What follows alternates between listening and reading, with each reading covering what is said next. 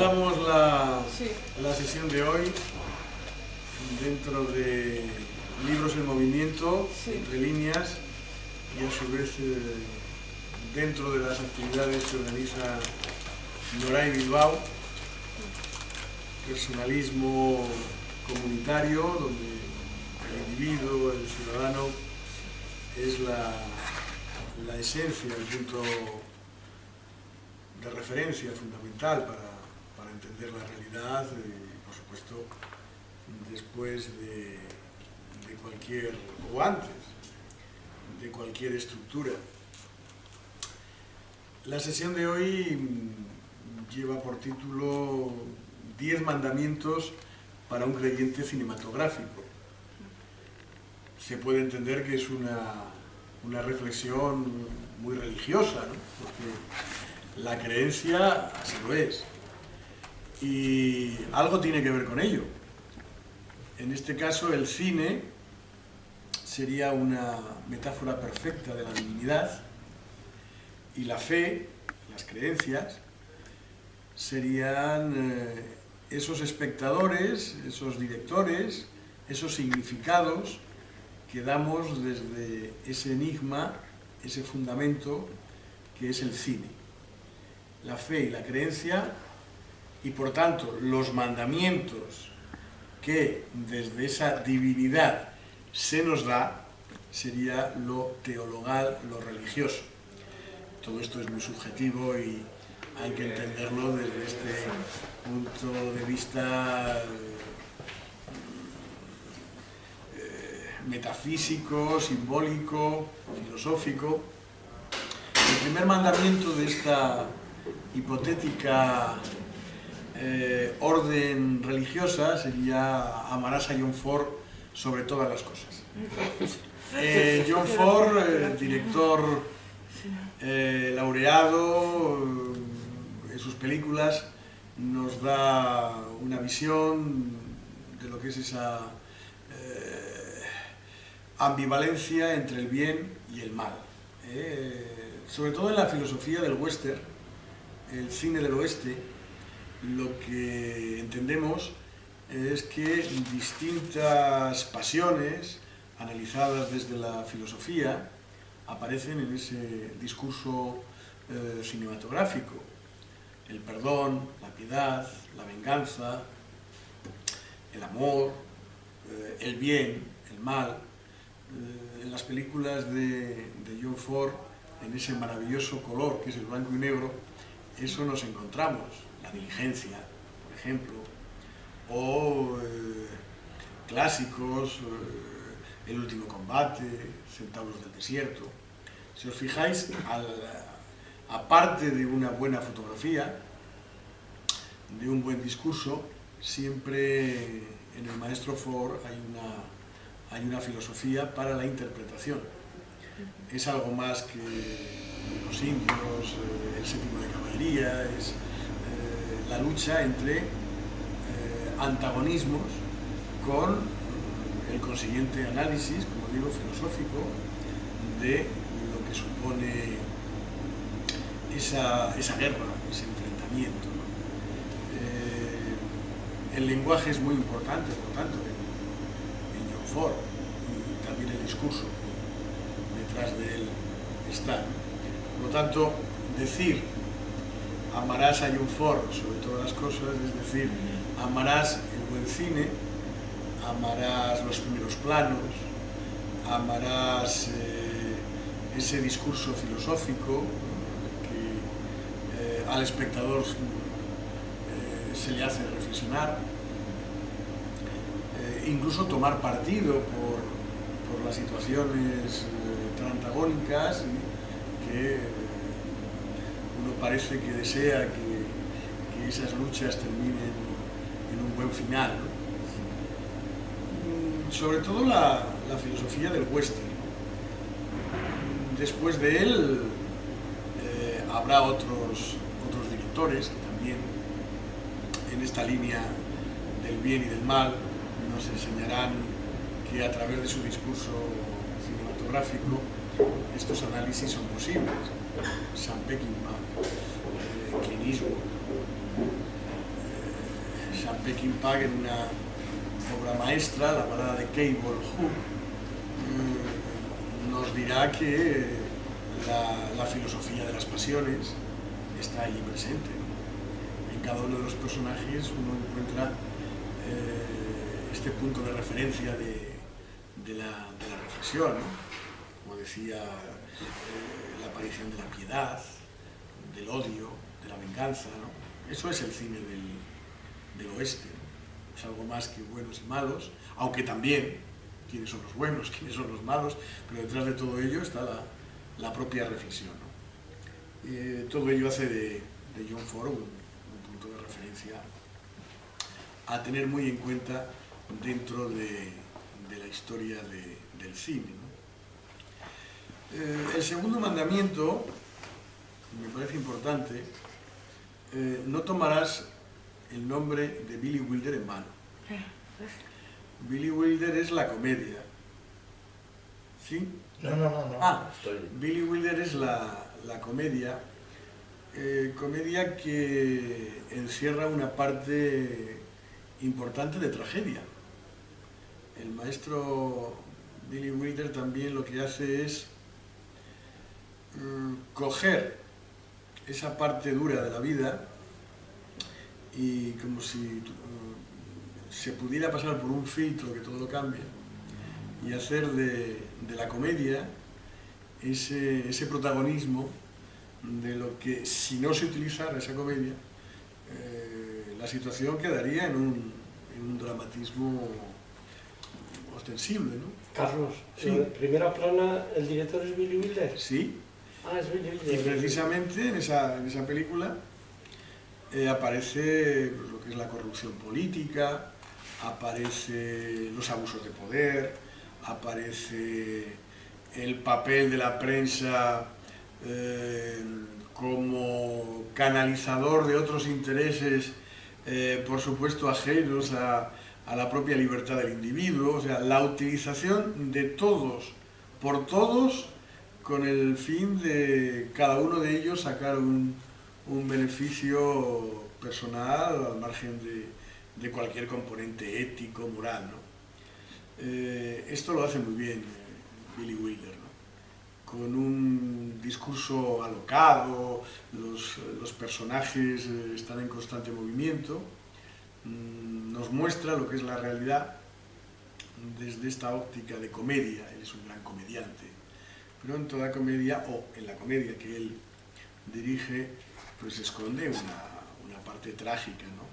Es como si la sonrisa, el humor sabio de todas sus películas dejara una especie de mal sabor de boca, porque, como digo, pues lo que hay detrás son abusos de poder, son situaciones, yo diría que dramáticas, ¿no? El caso del mobbing, el caso del acoso laboral en el trabajo, el apartamento, no es más que eso. Alguien que a cambio de unos favores para beneficio de la estructura empresarial se le asciende en el escalafón de la propia empresa, o el tema de la prostitución en Irma la Dulce, ¿no? Con lo que, o el caso de aquel joven de la Europa del Este, simpatizante de posturas comunistas radicales y que termina siendo director para Europa de la Coca-Cola, ¿no? 1, 2, 3. Billy Wilder juega con esas situaciones de comicidad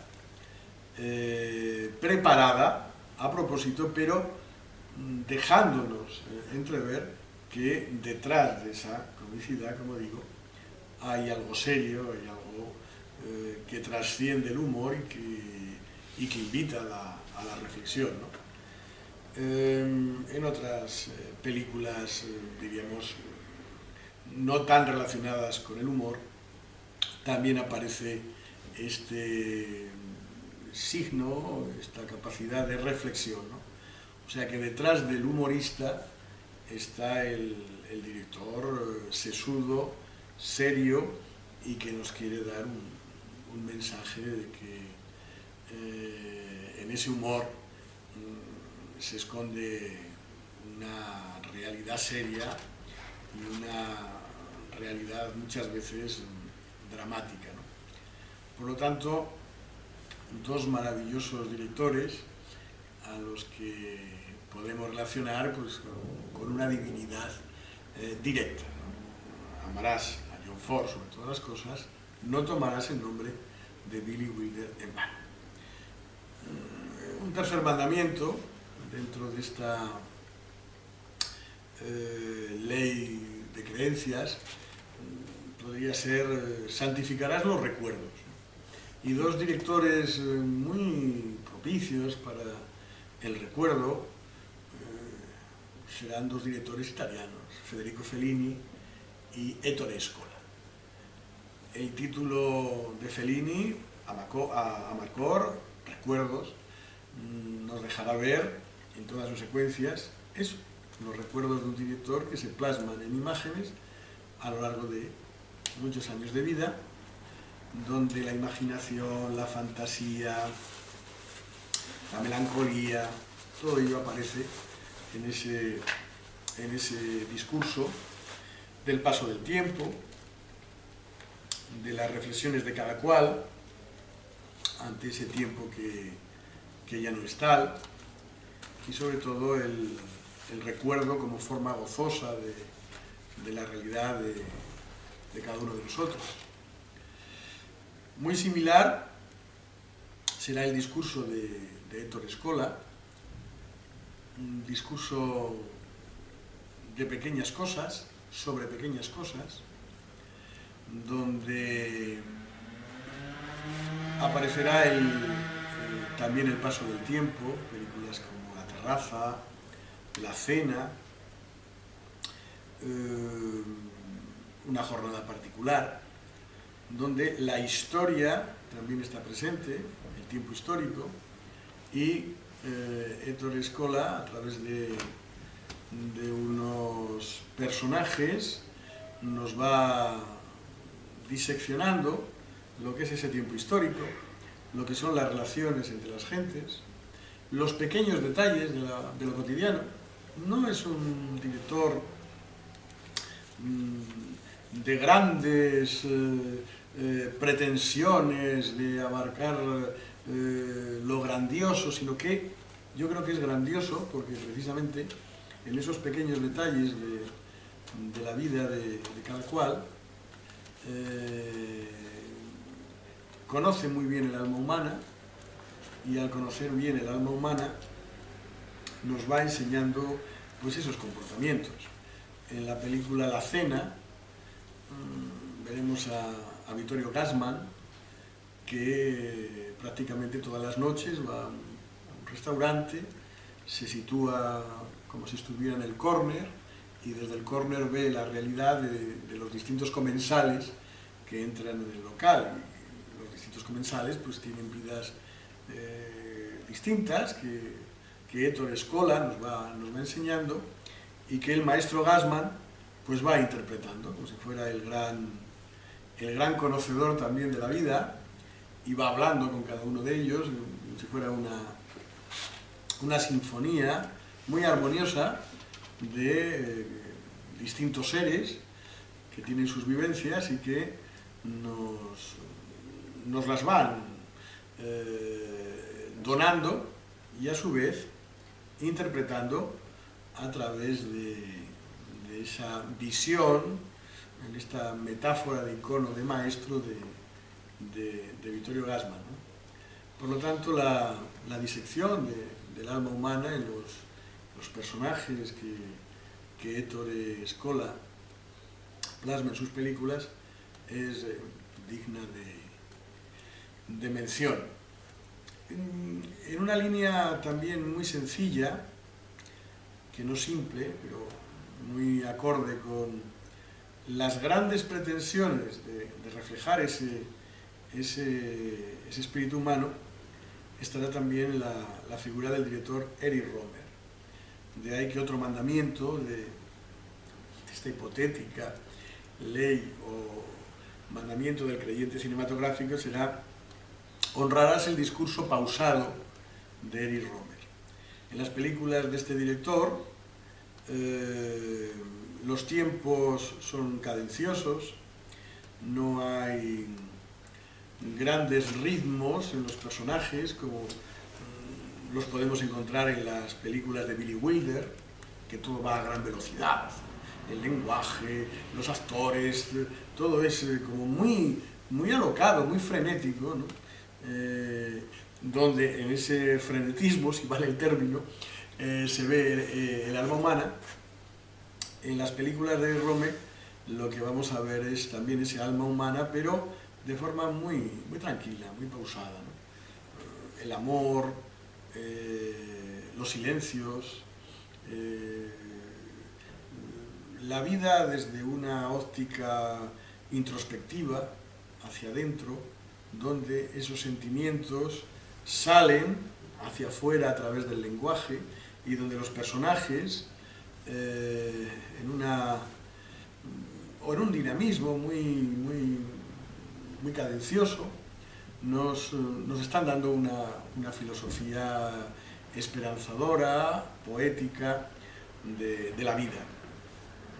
Por lo tanto, tenemos hasta ahora 4 directores: John Ford, Billy Wilder, Federico Fellini, Ettore Scola y Eric Rohmer. Un quinto mandamiento podría ser, volviendo a este movimiento de introspección, de vivir hacia adentro, de alejarse de las grandes superproducciones, sería: no matarás en nombre de la modernidad a directores clásicos como Robert Bresson, Andrei Tarkovsky, Alexander Sokurov, Theo Angelopoulos, ¿no? Todos ellos son directores de una gran plasticidad, sus imágenes son muy coloristas, también el ritmo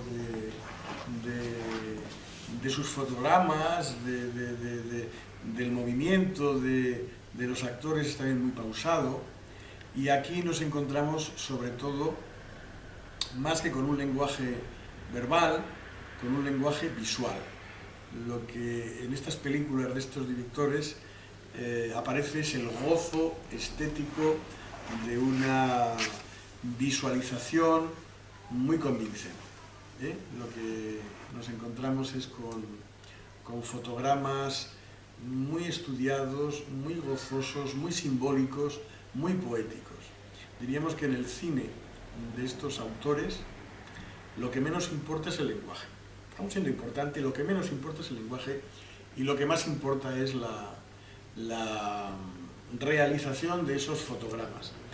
Sería un poco antagónico al cine de Billy Wilder, que lo que importa realmente es el lenguaje, ¿no? Y sobre todo el lenguaje en clave irónica, en clave de humor. Aquí no, aquí un encuadre amplio, un primer plano, nos va a decir cuál es la filosofía estética de los autores, ¿no? Por lo tanto, el cine en ellos va a ser muy distinto al cine de otros directores como los que acabo de mencionar. También la parte filosófica estará presente en ellos, ¿no? Sobre todo un cierto sentimiento, aunque la estética es muy colorista, muy poética, siempre hay un cierto sentido trágico de la propia realidad. Si en Billy Wilder la tragedia se convierte en comedia y es la comedia la que dulcifica la realidad, en estos directores, diríamos, la tragedia se convierte en estética, en colorismo, y ese colorismo parece como que encubre, ¿no?, esa esa sensación o esa situación de tragedia, ¿no? Se poetiza la realidad con imágenes de gran belleza, ¿no? Hablar de estos directores, Tarkovsky, Bresson, Sokurov, Angelopoulos, es sinónimo de calidad cinematográfica desde la estética, desde la belleza. Parece como que lo que nos quieren decir es que ante cualquier cosa, por muy trágica que sea, siempre la belleza parece que tiene la última palabra. Y qué mejor que la última palabra en el cine sea la imagen.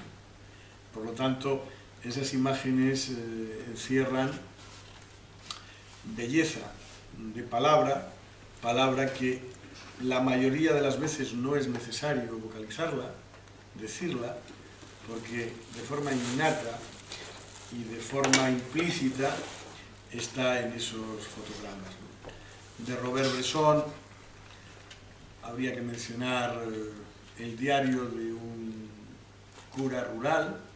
Es una película basada en un relato de un escritor católico, Georges Bernanos, con el mismo título, y que Bresson pues, es una vanguardia, esa película, de las nuevas formas de lenguaje cinematográfico que él va a hacer incluso en otras realizaciones, ¿no? Angelopoulos, La eternidad y un día, sobre todo Paisaje en la niebla, también nos va a dar esa poética desde lo trágico, donde el colorismo, la estética, nos va a enseñar que ese dramatismo con ese complemento de belleza es el resultado final de un buen discurso cinematográfico, ¿no? Tarkovsky, muy similar, Andrei Tarkovsky, muy similar en sus películas Sacrificio, donde el lenguaje verbal, como decía hace un instante, pues queda completamente supeditado al movimiento de cámara, a los encuadres, a la situación estética, al simbolismo, nostalgia. Vemos imágenes que incluso el lenguaje no puede interpretar lo que el propio espectador siente ante esa eclosión de imágenes. No hay nada definido ni definitivo, ¿no? Es cada uno de los espectadores, a través de una versión de la estética, saca sus propias conclusiones. Y el caso de Alexander Sokurov, muy similar también. Madre e hijo, poco lenguaje. Cuando aparece el lenguaje hay una vinculación muy directa con la filosofía, por la interpretación de lo que allí surge, con visión de lo trágico, de la soledad existencial, pero sobre todo esos grandes espacios, esa naturaleza, donde se recrea el propio Sokurov con su interpretación estética de la realidad. Hay algunos fotogramas que son cuadros en movimiento.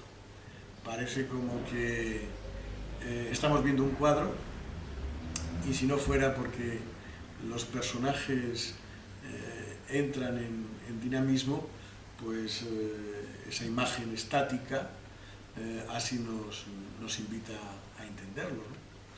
Por lo tanto, como veis, en estos hipotéticos 5 mandamientos de la sesión de hoy, el próximo 21 de mayo haremos los siguientes otros 5 mandamientos. Hay una serie de directores que son distintos entre ellos, pero que forman parte de ese gran mosaico que es el cine, ¿no? Son películas, algunas en blanco y negro, otras en color. El blanco y negro da muchas posibilidades también de belleza, ese cine añejo pero que es inconfundible. El color pues también da su visión de la estética, del enriquecimiento del fotograma, del encuadre, del color, ¿no? Bresson...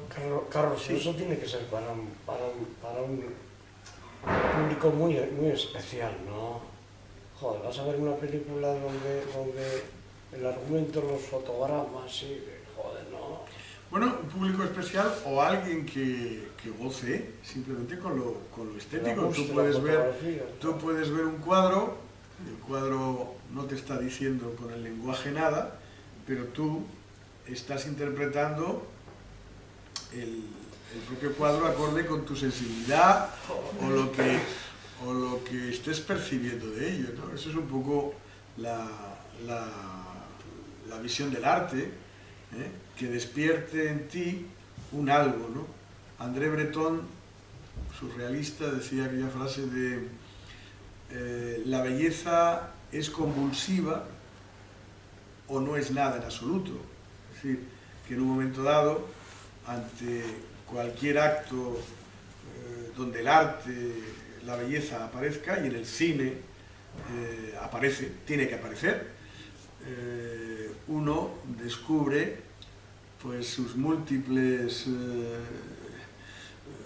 impresiones ante, en este caso, fotogramas, en este caso también cuadros, que son fotogramas, y que apelan a tu interpretación, ¿no?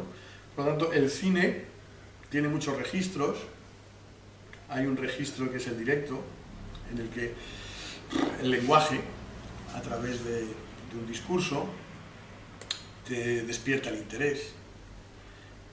Billy Wilder utilizará, como Woody Allen, un lenguaje frenético, constante, y hay otros directores que, Robert Bresson, en esta película que os he dicho, El diario de un cura rural, es más importante ver el movimiento del joven sacerdote en el pueblo, cómo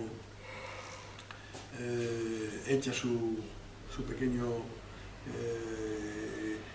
líquido en el vaso, o cómo toma su medicina, o cómo escribe sus impresiones al caer la tarde, cómo desde ese lugar el director nos enseña cómo está viendo desde su casa el campo abierto.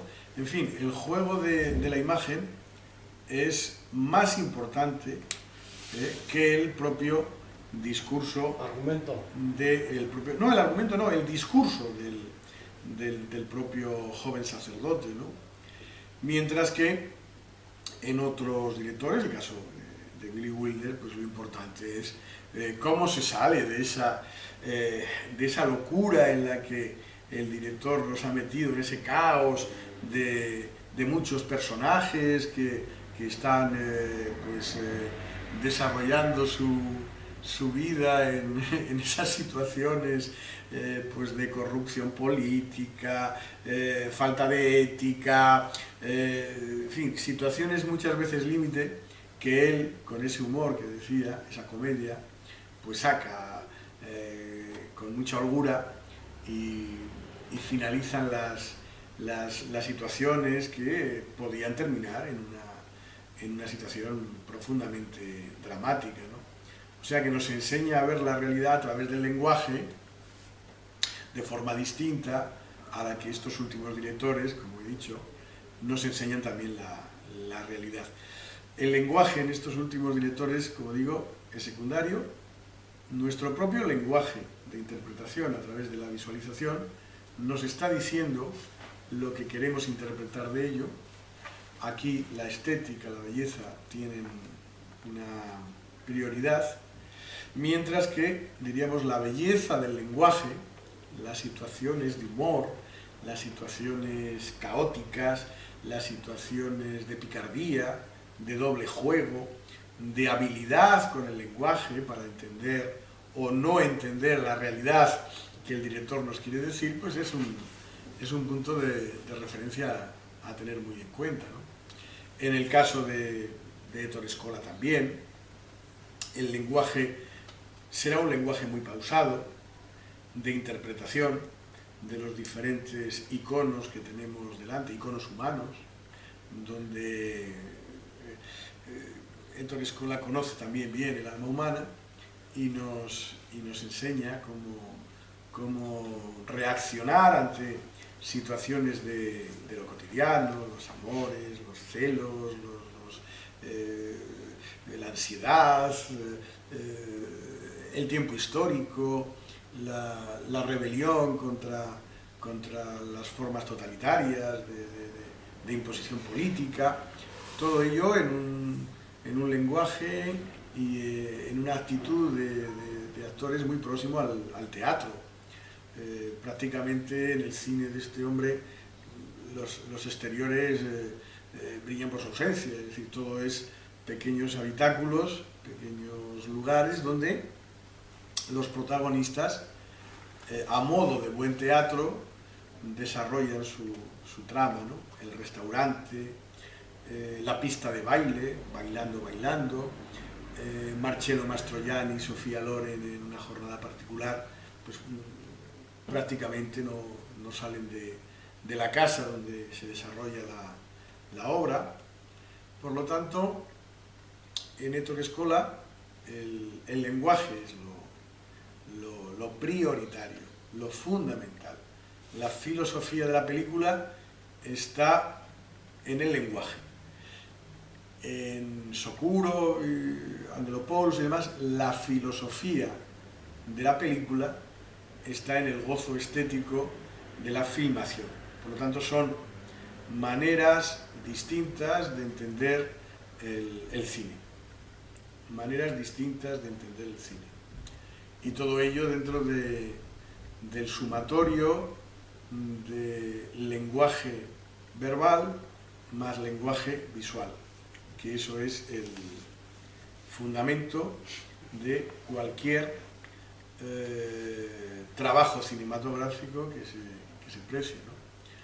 Son mandamientos subjetivos, pero que reflejan esa idea de que una serie de directores nos enseñan, a través de una metáfora también de la religiosidad, nos enseñan que el cine puede ser considerado como una divinidad y los fieles devotos de esa divinidad, a través de una serie de creencias, eso es la fe, que se canalizarían en una serie de películas, nos enseñan que el cine es una religión. Una religión, pues como puede ser cualquier desarrollo que se haga desde cualquier fe.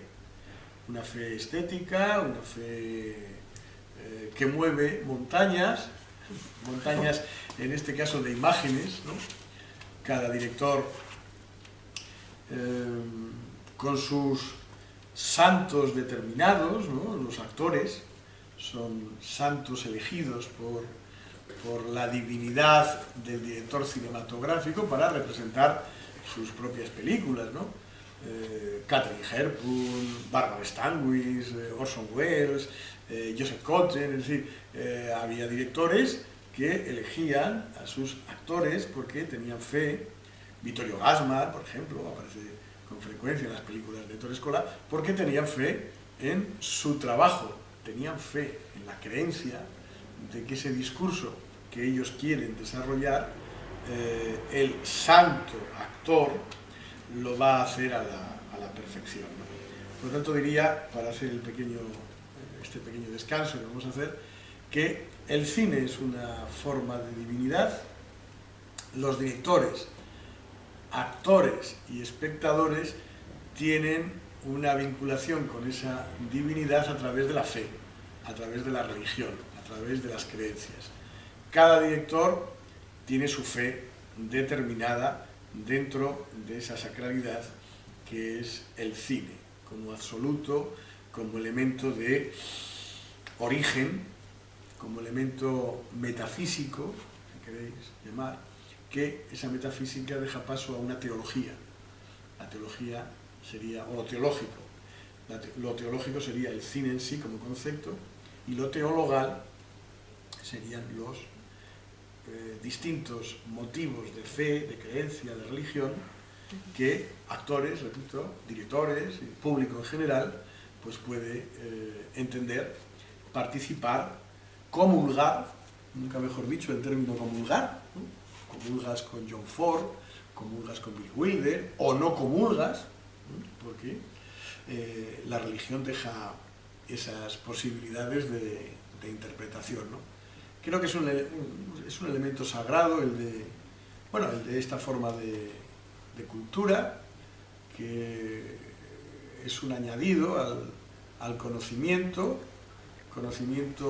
del alma humana, conocimiento de la estética, conocimiento de la ética, del compromiso, de la interpretación, bueno, en definitiva un discurso humano que cada cual puede interpretar, compartir, y eso es lo que, si os parece, después de un pequeño descanso podemos hacer, no solo sobre estos 5 mandamientos que han surgido en la sesión de hoy, sino los propios mandamientos que igual vosotros habéis analizado o tenido como simpatizantes, amantes o creyentes de un discurso cinematográfico. Lo dicho, hacemos un pequeño descanso y enseguida volvemos, si os parece, con vuestras intervenciones.